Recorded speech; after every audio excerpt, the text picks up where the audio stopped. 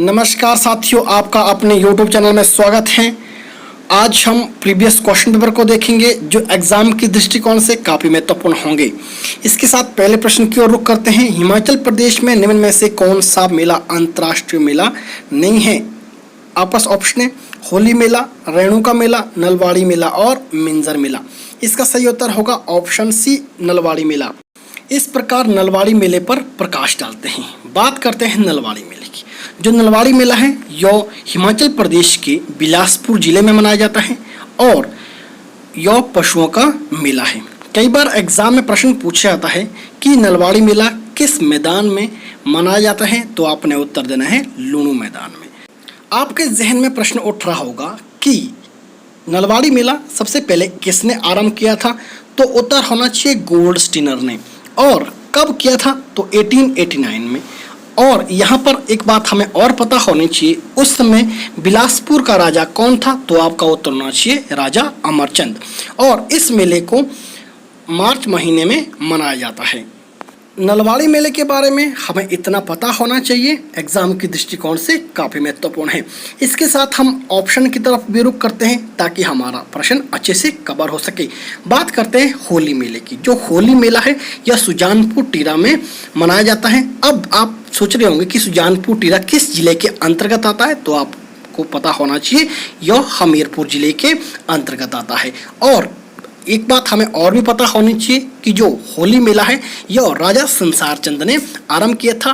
ध्यान दीजिएगा, जो होली मेला है ये अंतर्राष्ट्रीय मेला है। अब आपके जहन में प्रश्न उठ रहा होगा कि हिमाचल प्रदेश में कितने अंतर्राष्ट्रीय मेले हैं, तो आपकी जानकारी के लिए बता दूं, हिमाचल प्रदेश में 8 अंतर्राष्ट्रीय मेले हैं। और उन अंतर्राष्ट्रीय मेलों की ट्रिक कुछ इस प्रकार से है। शिव और रेणुका ने 10 दिन तक मिंजर और होली का व्यापार लबी मेले में विंटर और समर में किया। इस प्रकार इस ट्रिक को फॉलो करते हैं। ट्रिक है रेणुका और शिव। रेणुका से रेणुका मेला और शिव से शिवरात्रि मेला। रेणुका और शिव ने 10 दिन तक, 10 से दशहरा, 10 दिन तक मिंजर, मिंजर से मिंजर मेला, मिंजर और होली, होली से होली मेला, होली का व्यापार लबी मेले में विंटर और समर में किया। लबी से लबी मेला, विंटर से विंटर कार्निवल, समर से समर कार्निवल। यहाँ पर ध्यान देना है, समर कार्निवल हमारा शिमला में होता है और विंटर कार्निवल मनाली में मनाया जाता है। इसके साथ ऑप्शन की तरफ रुख करते हैं। बात करते हैं रेणुका मेले की। जो रेणुका मेला है ये सिरमौर में मनाया जाता है। और कई बार एग्जाम में प्रश्न पूछा जाता है कि जो रेणुका फेयर है ये किस नदी के किनारे लगता है, तो आपने उत्तर देना है गिरी नदी के किनारे। इसके साथ हमें ये भी पता होना चाहिए रेणुका मेला हिमाचल प्रदेश के सिरमौर जिले में लगता है और नवंबर माह में लगता है। कई बार प्रश्न पूछा जाता है कि जो रेणुका मेला है ये दिवाली के कितने दिन बाद मनाया जाता है, तो आपका उत्तर होना चाहिए ठीक 10 दिन बाद। किसके उपलक्ष्य पर मनाया जाता है, तो ध्यान दीजिएगा, माता रेणुका और उनके पुत्र परशुराम के मिलन के अवसर पर यह मेला मनाया जाता है। अब आपके जहन में प्रश्न उठ रहा होगा कि जो रेणुका मेला है इसे कब अंतर्राष्ट्रीय मेला घोषित किया गया, तो उत्तर देना है 2011 में। रेणुका मेले के बारे में हमें इतना पता होना चाहिए, एग्जाम की दृष्टिकोण से महत्वपूर्ण है। इसके साथ बात करते हैं मिंजर मेले की। जो मिंजर मेला है यह हिमाचल प्रदेश के चंबा जिले में लगता है और इस मेले का शुभ आरंभ साहिल वर्मन द्वारा किया गया था और यह मेला 920 ईस्वी में आरंभ हुआ था। और साथ ही साथ हमें यह भी पता होना चाहिए कि मिंजर का मतलब मक्की का फूल होता है या मक्की का सिट्टा होता है। ध्यान दीजिए, और यह एक अंतर्राष्ट्रीय मेला है। इस मेले का शुभ आरंभ अगस्त माह के दूसरे रविवार को होता है। और साथ ही साथ हमें यह भी पता होना चाहिए इस मेले के अंतिम दिन मक्की का जो सिट्टा होता है और नारियल होता है उनको रावी नदी में बहाया जाता है।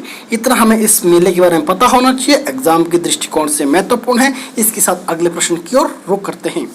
फिरोज शाह तुगलक ने हिमाचल प्रदेश के ज्वालामुखी मंदिर से 1300 पुस्तकें कब ले गई थी? आपके पास ऑप्शन है 1337, 1365, 1009, 1398। इसका सही उत्तर होगा 1365। ध्यान दीजिएगा, यहाँ पर मुख्य तौर पर 3 प्रश्न बनते हैं जो एग्जाम में बार बार पूछे जाते हैं। जो फिरोज शाह तुगलक ने हिमाचल प्रदेश के ज्वाला जी से 1300 पुस्तकें ले गई थी। सबसे पहले समझना पड़ेगा हमें कि वो 1300 पुस्तकें किस भाषा में थी। तो ध्यान दीजिए वो संस्कृत भाषा में थी। और आपको पता है फिरोज शाह तुगलक तो संस्कृत भाषा जानता नहीं था। अब आपके जहन में प्रश्न उठ रहा होगा कि वो कौन सी भाषा अच्छे से जानता था। तो ध्यान दीजिए वो फारसी भाषा को अच्छे से जानता था। तो जो वो 1300 पुस्तकें उन्होंने ले गई तो वो किस भाषा में बदली, संस्कृत भाषा में उनको अनुवाद किया। और यहाँ पर सोचने वाली बात है कि किसने उनको अनुवाद किया। तो आपने उत्तर देना है अज्जुद्दीन खालिद खानी। अज्जुद्दीन खालिद खानी ने 1300 पुस्तकों को संस्कृत से फारसी में अनुवाद किया। जब वो 1300 पुस्तकें संस्कृत से फारसी में अनुवाद हुई उसके बाद उनका नाम पड़ा दिलाई ए फिरोज शाही। इसके बारे में हमें इतना पता होना चाहिए, एग्जाम की दृष्टिकोण से महत्वपूर्ण है। इसके साथ ऑप्शन की तरफ रुख करते हैं ताकि हमारा प्रश्न अच्छे से कवर हो सके। बात करते हैं 1337 की। ध्यान दीजिएगा 1337 में मोहम्मद बिन तुगलक हिमाचल प्रदेश आया था। अगर हम यहाँ पर बात करते हैं 1009 में, जैसे आपको पता है 1009 में हिमाचल प्रदेश के कांगड़ा क्षेत्र में महमूद गजनबी आया था। ध्यान दीजिए हमें पता है कि महमूद गजनबी ने अपने जीवन में 17 आक्रमण किए थे। अब यहाँ पर प्रश्न बनता है कि उन 17 आक्रमण में से हिमाचल प्रदेश के कांगड़ा के नगरकोट पर उसने कौन सा आक्रमण किया था। तो आपका उत्तर होना चाहिए 7वां आक्रमण।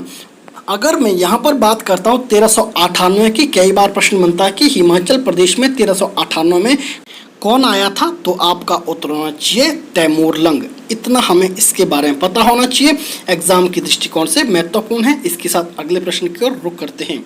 निम्न में से मणिमहेश को अन्य किस नाम से जानते हैं। आपके पास ऑप्शन है कैलाश चोटी, किन्नर कैलाश, कैलाश पर्वत और उपर्युक्त सभी। इसका सही उत्तर होगा ऑप्शन है कैलाश चोटी। थोड़ा सा प्रकाश यहाँ पर मणिमहेश पर डालना चाहूँगा। ध्यान दीजिएगा मणिमहेश एक मंदिर भी है जिसका निर्माण मेरुवर्मन के गुगा शिल्पी द्वारा किया गया था। ध्यान दीजिएगा मणिमहेश एक झील भी है, नदी भी है और मेला भी है। ध्यान दीजिए जैसे मैंने पहले कहा मणिमहेश एक चोटी भी है जिसको हम कैलाश चोटी के नाम से जानते हैं। ध्यान दीजिएगा ऑप्शन की तरफ चलते हैं, बात करते हैं किन्नर कैलाश की। ध्यान दीजिए किन्नर कैलाश हिमाचल प्रदेश के किन्नौर जिले में पड़ता है। और अगर हम अंत में बात करते हैं, अंतिम ऑप्शन की बात करते हैं कैलाश पर्वत की, जो कैलाश पर्वत है ये तिब्बत में स्थित है। ध्यान दीजिए इस कैलाश पर्वत होकर हमारी सतलुज नदी प्रवाह करती है। आशा करता हूँ कि आप मेरे इस वीडियो को एंजॉय कर रहे हैं। अगर आपको सच में यह वीडियो पसंद आ रही है और नॉलेजेबल लग रही है तो मेरे इस यूट्यूब चैनल को सब्सक्राइब, वीडियो को लाइक, शेयर और कमेंट करना ना भूलें। इससे मुझे मोटिवेशन मिलता है। इसके साथ आपको सूचित कर देना चाहता हूं हमारी ऑनलाइन लाइव क्लासेस भी चलती हैं। अगर आप मेरे साथ एचपीजी के history, political science, geography, economics को बहुत डिटेल के साथ पढ़ना चाहते हैं तो दिए गए नंबर पर आप मैसेज या कॉल कीजिएगा। सबसे पहले आपको क्लास में एनरोल किया जाएगा, तत्पश्चात आपको 2 डेमो क्लासेस फ्री दी जाएगी और उसके बाद आपको हमें बताना है कि आपको हमारे साथ क्लासेस कंटिन्यू रखनी है या नहीं। इसके साथ अगले प्रश्न की ओर रुख करते हैं। निम्न में से कौन सा मंदिर हमीरपुर में स्थित है। आपके पास ऑप्शन है अर्धनारीश्वर, नर्मदेश्वर, खज्जी नाग और डोका मोका मंदिर। इसका सही उत्तर होगा ऑप्शन बी नर्मदेश्वर मंदिर। जो नर्मदेश्वर मंदिर है यह हमीरपुर जिले के सुजानपुर टीरा में स्थित है और यह राजा संसार चंद द्वारा बनाया गया। ध्यान दीजिएगा जो नर्मदेश्वर मंदिर है यह भगवान शिव के लिए समर्पित है। इसके साथ बात करते हैं हमीरपुर में कुछ महत्वपूर्ण मंदिर हैं जो एग्जाम में बार बार पूछे जाते हैं, जैसे गौरी शंकर मंदिर, मुरली मनोहर मंदिर, गसौता मंदिर और बाबा बालकनाथ के साथ साथ हमें चामुंडा मंदिर का भी पता होना चाहिए। इस तरह के मंदिर एग्जाम में बार बार देखने को मिलते हैं। अगर हम ऑप्शन की तरफ रुख करते हैं तो बात करते हैं ऑप्शन ए की, अर्धनारीश्वर। जो अर्धनारीश्वर मंदिर है यह हिमाचल प्रदेश के मंडी जिले में स्थित है। और इसके साथ साथ हम बात करते हैं खज्जी नाग की। जो खज्जी नाग है यह चंबा जिले के खजियार में स्थित है। ध्यान दीजिएगा इस खज्जी नाग के नाम पर एक झील का निर्माण होता है जिसका नाम है खजियार झील। ध्यान दीजिएगा खजियार झील से संबंधित एग्जाम में अनेक प्रश्न बनते हैं जो कुछ इस प्रकार से हैं।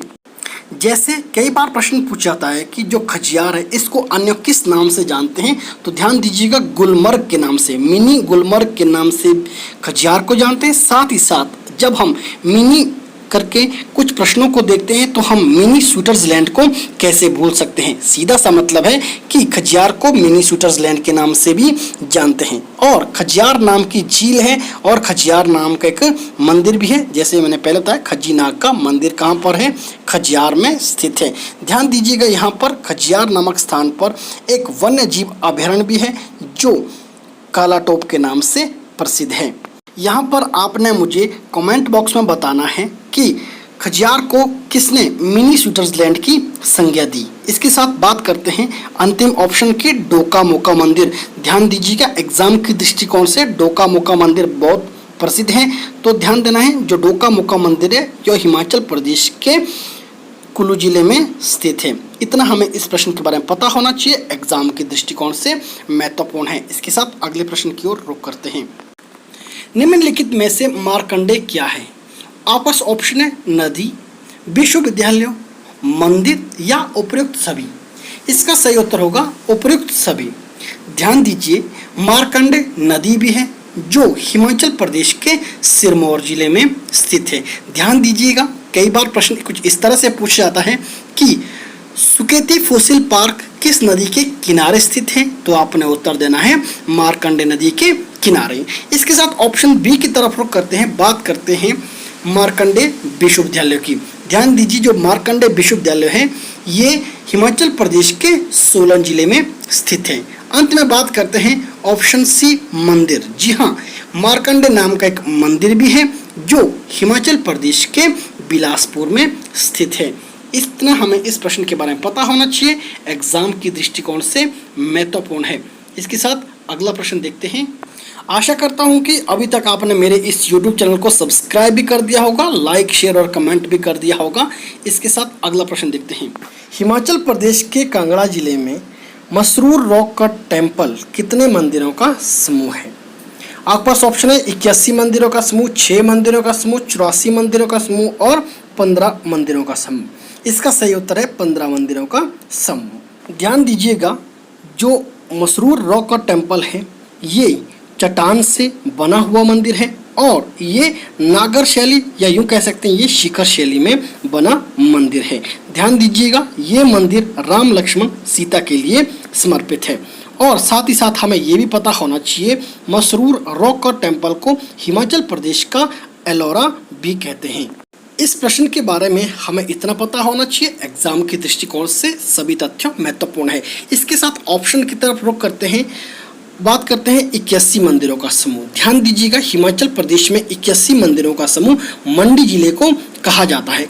एक कहानी है, कहा जाता है कि मंडी की शिवरात्रि में 81 देवी देवता भाग लेते हैं, इसीलिए मंडी को 81 मंदिरों का समूह कहा जाता है। इसके साथ अगले ऑप्शन की बात करते हैं 84 मंदिरों का समूह। जो 84 मंदिरों का समूह है ये हिमाचल प्रदेश के चंबा के अंतर्गत पड़ने वाले भरमौर में स्थित है। और ध्यान दीजिएगा कई बार प्रश्न पूछा था कि 84 घंटियों का मंदिर कहाँ पर स्थित है, तो आपने उत्तर देना है त्रिपुरी सुंदरी मंदिर जो आपका सिरमौर में स्थित है। इसके साथ अगले प्रश्न की ओर रुख करते हैं। निम्न में से कांगड़ा में कौन सा मेला मनाया जाता है? आपके पास ऑप्शन है सायर मेला, सायरी मेला, साहरी मेला और उपयुक्त सभी। इसका सही उत्तर होगा ऑप्शन ए सायर मेला। ध्यान दीजिए जो सायर मेला है ये कांगड़ा में मनाया जाता है। एक दंत कथा के अनुसार कहा जाता है सायर मेले में जो गांव के बाल काटने वाले नाई होते हैं या गांव के धनी लोगों को शीशा दिखाते हैं और गांव के धनी लोग इन्हें पैसे देते हैं। और इसके साथ ऑप्शन बी की तरफ चलते हैं, बात करते हैं सायरी मेले की। जो सायरी मेला है यह हिमाचल प्रदेश के सोलन जिले में लगता है। तो ध्यान दीजिए कई बार पूछा जाता है कि जो सायरी मेला है यह सोलन जिले के कौन सी जगह लगता है, तो आपने उत्तर देना है अर्की नामक स्थान पर। और यह मेला जुलाई माह में मनाया जाता है। साथ ही साथ हमें यह भी पता होना चाहिए जो सायरी मेला है ये भैंसों की लड़ाई के लिए बहुत प्रसिद्ध माना जाता है। अंत में बात करते हैं सारही मेले की। जो साहरी मेला है यह हिमाचल प्रदेश के कुल्लू जिले में मनाया जाता है। साथ ही साथ हमें सारही मेले के बारे में यह भी पता होना चाहिए कि यह मई महीने में मनाया जाता है। इस प्रश्न के बारे में इतना पता होना चाहिए, एग्जाम के दृष्टिकोण से महत्वपूर्ण है। इसके साथ अगला प्रश्न देखते हैं। अगले प्रश्न को देखने से पहले हमें एक कुल्लू जिले का और महत्वपूर्ण मेला पता होना चाहिए जो एग्जाम में बार बार पूछा जाता है, जो उसका नाम है पिपलू मेला। आपने मुझे कमेंट बॉक्स में बताना है कि कुल्लू के अलावा पिपलू मेला और किस जिले में मनाया जाता है। इसके साथ अगले प्रश्न की रुख करते हैं। हिमाचल प्रदेश के उन मेले का नाम बताओ जिसमें केवल पुरुष ही भाग लेते हैं। आपके पास ऑप्शन है तोशिम, इसको तोशिंग के नाम से भी जानते हैं, पंगवाल और दशांग, या उपयुक्त सभी। इसका सही उत्तर है उपयुक्त सभी।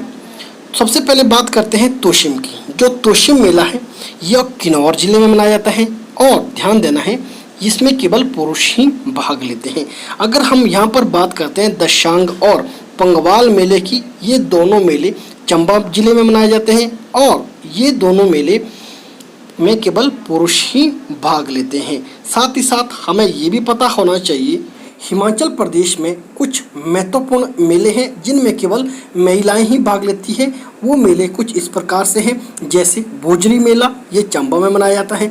इसमें केवल महिलाएं और लड़कियां ही भाग ले सकती है। अगर हम बात करते हैं सुई मेले की, जो माता नैना के या सुनैना की याद में मनाया जाता है, ये मेला भी आपका चंबा में होता है। इसमें भी केवल महिलाएं या लड़कियां ही भाग ले सकती है।